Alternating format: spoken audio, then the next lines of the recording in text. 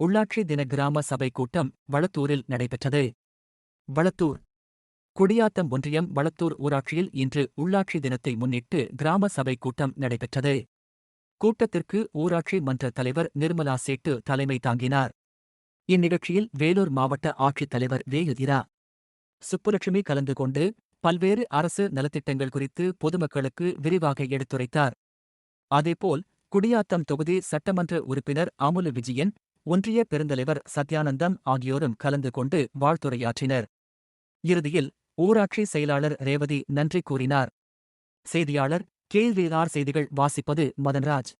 சிறப்பு திட்டமாகிய பள்ளி குழந்தைகளுக்கு காலை உணவு வழங்குகிற திட்டத்தில் நம்முடைய மாவட்டத்தில் 80,000த்திற்கும் மேற்பட்ட பள்ளி குழந்தைகள் காலையிலே வயிறார உணவு அருந்தி அவர்கள் பள்ளிக்கு சென்று படிக்கிற ஒரு நல்ல நிலை இருக்கிறது.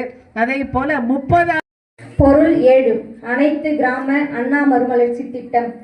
பொருள் 8 தூய்மை பாரத இயக்கம். பொருள் 9 தமிழ்